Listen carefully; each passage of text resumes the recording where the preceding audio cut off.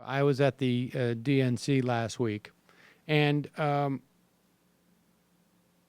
we'll talk about this because it dovetails interestingly with a piece that Roth Dathau wrote in the New York Times. That absolutely needs to be the way his name is pronounced from now on. I hear Rastata. And then he had a tweet storm afterwards. And it is the delusion involved in all of that got me progressively more angry over the course of the day yesterday. And we will get to that. But, well, one of the points that Dathau made in his piece was that Clinton actually presented a fairly liberal program. Now, again, we've said in this past, you can believe or not believe whether or not she's going to execute that or has plans to execute that or whatever it is. But from a rhetorical standpoint, that's what we heard. Glenn Beck, however, the other aspect of the convention was that there was a lot of Republican-ish iconography. And there was a lot of accoutrements, if you will, at the convention scene that was, jingoistic, bass. It was a little bit, I've said in the past, it made me a little squeamish.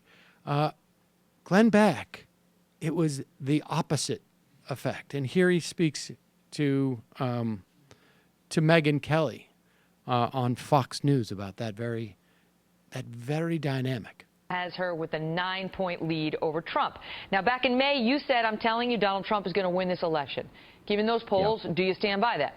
I don't want to, I have no idea because I've been wrong every step of the way on this election. I will tell you this, as I watched both the, in my book, Liars, I talk about what are the tools that progressives use to convince us of these lies. It was quite amazing. One of the first tools is fear. The GOP ran high on fear. But so did the DNC. The DNC made it the fear of Donald Trump. But they did something that the Republicans didn't do. They told a very well-crafted story all the way through that we're better than this. That, honestly, if I wasn't informed, if I was somebody who didn't know who Clinton was, I didn't recognize Marxist language, I would have watched that and thought, well, those are the people I want to be like. Those people, I like those people.